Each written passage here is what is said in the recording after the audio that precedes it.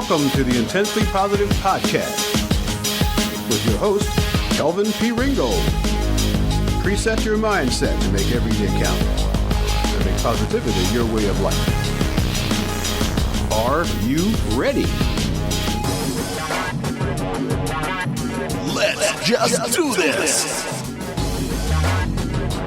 Good morning, ladies and gentlemen. Kelvin P. Ringo here, coming to you almost live from sunny Syracuse, New York. Actually, I'm in Liverpool. I keep making... Now, there's only like 5 minutes between the two, but, you know, most people would know Syracuse, wouldn't know Liverpool. So even though we're only 5 minutes away from Syracuse, I'm coming to you from Liverpool, so deal with it. And I'm going to warn you right now, this podcast has no plan. I've been doing so many things in the past month and past few weeks that I am so sick and tired of structure right now. I just don't want to do any of that stuff. So I was going to sit down here and think of a nice, incredibly energizing thing to talk about for the podcast, but I decided I'm just going to babble. I know most of you are not used to me babbling. And it won't really be babble because I always have something relevant to say about something. But I'm the guy that normally has to have all the structure, you know. And ask my friend Josh, because Josh and I do the JKWD podcast. You see, and when we first started doing that podcast, Josh is a conversational guy. He likes to just move along and talk and say whatever comes to mind, and even use bad words from now on because he's grown. I mean, he thinks he's grown. Just so he can use a bad word every once in a while, but I don't do that in a public forum, generally speaking, unless it's like really hot, and I haven't seen anything that can get that crazy yet. But election's coming up next week, so you never know. I may get that way next week. But anyway, Josh is more the free flowing guy, and I, for public presentation, am more the structured, boundaried guy. Well, right now, I don't feel like it. And outside of not being structured and having too many boundaries, although I'm still not going to use bad words, at this point, I'm just going to reserve the right to be goofy because it's been so long since I've just been thoroughly goofy on a podcast. You might have forgotten what it was like or that I was even capable of doing that. I go out and I give speeches to various organizations, and people get a big kick out of the fact that I am funny. I know you wouldn't believe that. But I have actually, a lot of my speeches contain examples of me, doing dumb stuff because people get to laugh at me. And I don't mind people laughing at me because there's a whole lot of things they could be doing besides laughing. But in these speeches, I normally have a funny story to tell people, like the ones I did today. I gave a presentation this morning, and I can come up with a lot of funny stuff to punctuate those speeches and make sure people are not bored. For some reason, when I do a podcast, I need to be a little bit more serious. Well, we're blowing that whole serious thing right out of the water today, because no matter, even if I talk about a serious subject, I'm probably going to have a goofy slant on it, because today I reserve the right to be goofy. So I think the title of this is probably going to be Randomly Goofy. And you just get to do that. Now, when I started this whole writing thing, I had a website called ringo.net. And it was the first website I ever put up. It was kind of a fun website. And actually, it was my venturing off into the world of HTML. And I actually built that bad boy from the ground up. I used HTML. I mean, I didn't use those lots of programs. I mean, I used some programs, but they were kind of basically simple. And I built these things from scratch. And my deal back in the day was, this is really something I wanted to do. So I would just beat that dude into submission.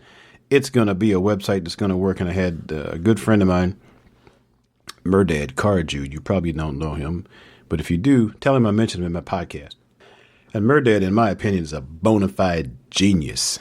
I'm pretty sure when he gets ready to program something, he just kind of waves his hand over the page, and there's a psychic connection with the device that he's talking into, and it just starts writing code for him without him having to touch anything, because the boy can figure out anything. And he was very, very inspiring to me in my web days, and he would help me with some of the stuff I was going to do.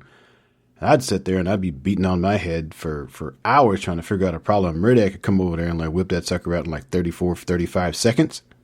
I'm like, how did you do that? Well, these days I've lost a lot of that talent because I don't do that stuff anymore. And I've got WordPress here. And WordPress, if you know about WordPress, it's got CSS and a bunch of other letters. I don't know what they mean. And it's complex. I mean, it's easy if you can just move stuff around. But if you got to go into the guts and really get going, I mean, it takes skills and talents. And suddenly these days, I don't have time to hunt that stuff down. I don't. My mind's not that logical anymore. I don't know what happened. Probably public speaking. That's what it did to me. But anyway, when I first started, I used to have a section called Kelvinisms and Kel-Quips. And I had to go look through that because Kelvinism was just something I would say. And Kel-Quip is like more of a funnier thing that I would say. And a lot of times it was just things that I took from, circumstances in life and put my own slant on them. For instance, well, not for instance yet. When I first started this stuff, I used to get emails called, things I've learned. I get them all the time, things I've learned. I started writing because I was getting all these things I've learned emails, and I had a joke list at the time of about 100 people. And I actually got my start in writing formally because I sent a note out to my email list, my joke list, and I said, I keep getting these lessons learned emails, and, I'm pretty sharp. I've learned a lot of things in life. Would anybody be interested in hearing what I've got to say about stuff? Let me know. And strangely enough, most of the people who wrote me back said, yeah, we think you're a pretty smart guy. Fooled them, didn't I? We think you're a pretty good, smart guy. We'd like to hear what you have to say. And that born my Ramblings series. And we called it Ramblings because that's what I did. It was a stream of consciousness thing. I sat down, I started typing. When I got done, I sent that puppy out. And people go like, wow, you talk a lot. But it was kind of cool. And it was just stream of consciousness. So when I got done writing, I got done writing. And I used to send those out once a month. Now, when you write like that, people don't mind getting something like that once a month. And then I came up with Vitamin K. And Vitamin K I started doing daily. And so I just ported those used to be monthly people over to the daily list because I figured I'd just grandfather them in and they really like to hear the stuff I had to say. Not the case. As a matter of fact, people started unsubscribing at an unprecedented rate. As if to say, Kelvin, we can handle your stuff like once a month, but man, this everyday thing, you're going to drive us crazy. So I had to change up things just a little bit. And Vitamin K has evolved over the years, so it's a lot shorter. And there are people who are actually prepared to have that once a day or a couple of times a week kind of thing, versus to people who used to get those long, rambling things I used to do, and they would enjoy those. But, I kind of miss those, so I'm thinking about re-energizing them. Sit down, start typing, let it go where it go, and see what happens. Because, there's an audience for either one of those. Some people like short, pithy, that's Pithy, things. And some people like to have that whole stream of consciousness thing. So I've got to figure out how to satisfy the needs of my entire audience. I'll figure it out. But along the time we started getting these lesson learned things, I came up with Kel-Quips and Kelvinisms. And right now, I have lists of them and they're kind of mixed in together. So you never just know what you're going to get. But they're kind of fun. For instance, I've learned that those pictures of cartoon characters and comedians swinging wildly at the ground at golf balls and looking really stupid really does happen. And I know this once because back when my brother was alive, he took me golfing once. Well, he tried to take me golfing twice, but, there's only so much you can do for me. And me not being a golfer, I used to try to hit the ball. Now, there's something a little strange about trying to hit this little bitty ball on the ground with a long stick with a slanted tip. You're going to hit the ball with a slanted tip and expect it to go straight. And that's metaphysically impossible. So I have decided that most professional golfers are actually metaphysically inclined, because I've watched some of those shots and I've watched the design of some of the golf courses, and it is impossible to get a straight shot from where they are to where the hole is. So therefore, when somebody gets a hole in one, I know for sure that they are a magician, and they are to be studied or feared. Just you got to choose what you want to do with that. However, those pictures of the people in the golf swinging wildly, looking really stupid, really does happen. But on a life lesson kind of thing, when you start looking at that, and if they swing and they don't hit the ball, I have learned that doesn't count. So you can go out playing golf or trying to play golf or whatever it is, and you can make all kinds of fools of yourself, and you can swing and you can tear up the grass and you can do all kinds of stuff. But as long as you don't hit the ball, nothing counts. Now, there's a life lesson in there somewhere.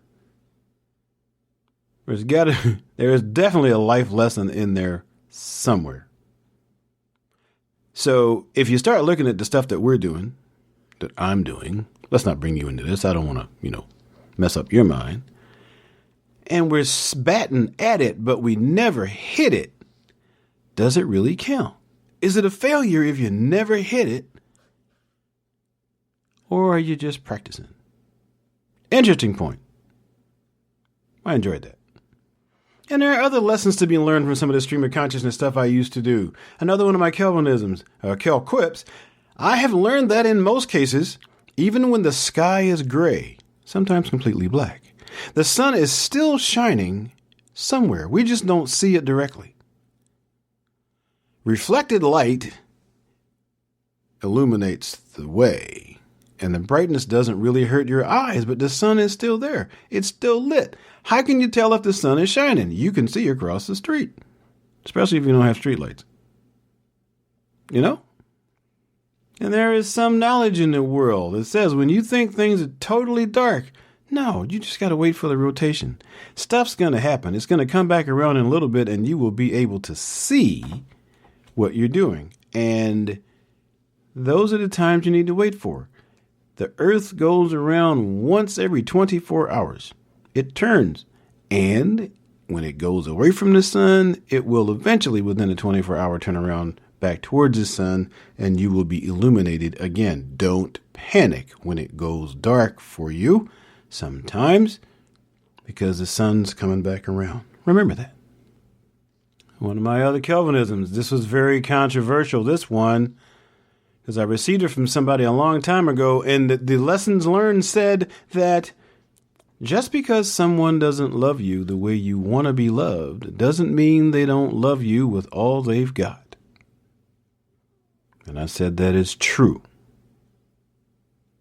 But the other side of that is we need what we need. And if someone doesn't love you, if someone loves you with all they've got, but it's not what you need, it doesn't mean you don't need something more. That's a two-way street.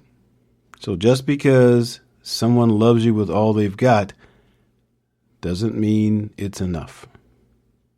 I know somebody will probably fight over that, but when you think about it, just think about it.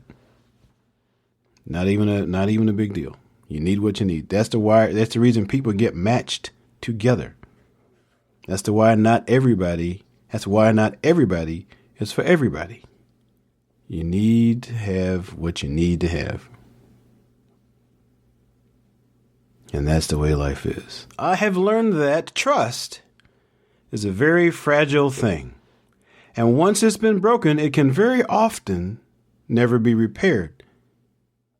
Very often. But sometimes it can be. But if you do manage to fix it and it gets broken again, I have found that it is then hopelessly lost forever. That's trust. Another Kelvinism I have, if it looks like a duck, smells like a duck, quacks like a duck, it might not be a duck. but the chances are really slim. So if you don't like ducks, you probably need to get away from it. So now you got to think about what are the ducks you don't like and what's looking and smelling and acting and quacking like a duck that you're still hanging around with, and you can't figure out why you're frustrated because it's a duck and you don't like ducks. You got to define your own ducks there, buddy. You define what your ducks are and get away from them, and both of you will be happier. I have learned that a positive mental attitude will help you find solutions to problems that you wouldn't otherwise see if you didn't have a positive outlook. And Zig Ziglar said it best, a positive attitude won't allow you to do everything, but it will allow you to do anything better than a negative attitude will. All hail the positive attitude. And I could go long on that one. We could talk about that forever. But you just got to sit around and think that when you have a negative attitude, the basic position, the flow of a negative attitude is to shut down. And when you shut down, there is no input that can help you brighten that day up. So without a positive attitude, positive outcomes are impossible. This is my thoughts. And of course, I'm right because I am the Prince of Positive, so I would know these things. And I don't know where this one came from, but it came from somebody, and it said, I have learned that it is better to like than to love. Then if you fall out of love, you still have somebody to talk to. Here's an idea for you. All you people who are in love with people you can't talk to. This is the Calvinism you should have gotten to way before now. And I found this one out a long time ago also. I don't know if it came to me, if I figured it out or I read it somewhere in a book, but, there's a big thing on communication. And I'm a communication guy. I believe you should be able to talk to your spouse or your mate about anything and make that work, or at least have the conversation. But not everybody feels that way. There's a lot of people who exclude a lot of things from the realm of their conversation. But I have found this to be very true, not only in my own life, but in the life of many others I have seen. If your mate or significant other can't talk to you about whatever is on their mind, they will likely find someone else they can talk to discuss it. Now, if you're a guy and your wife can't talk to you and it finds another guy who will listen, there's something you need to think about. Because the next part of this is monumental. Being a good listener can be a powerful aphrodisiac. If y'all don't know what that is, look that up.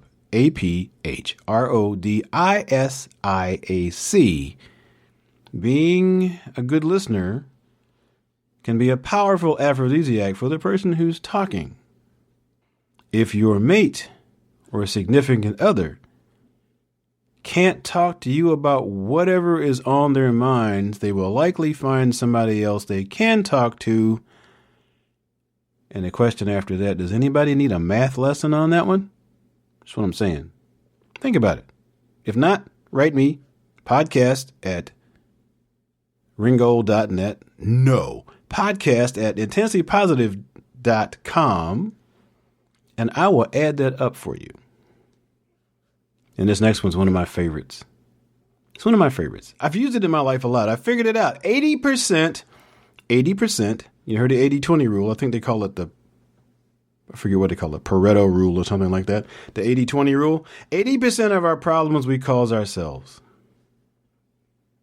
Now, as soon as you stop denying that, you can get on to fixing some of the problems. 80% of the problems we cause, and you know what? We can have a great long conversation. We can go through some of the problems in your life, or my life for that matter, and we can point to the 80% that we are denying. And since this quote has come up, I have another quote that modifies it very nicely. It's relevant and irrelevant simultaneously, but for the 80% of the problems that you are causing yourself, or I'm causing myself, typically most of us are going to say, it's not my fault. It's not my fault. And here's the fact of the matter.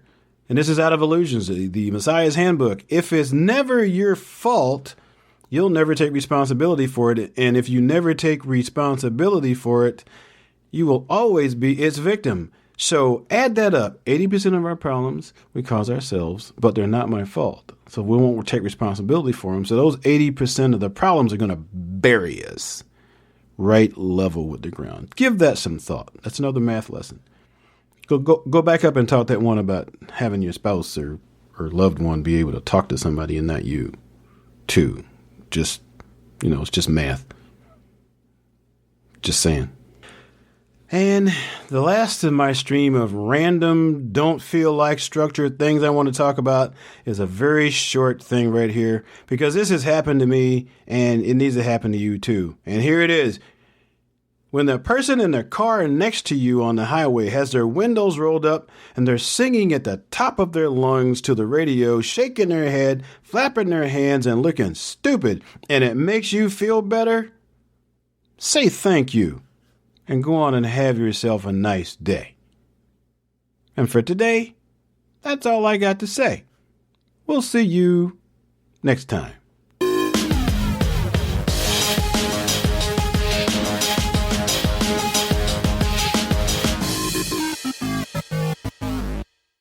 Wow, that was awesome.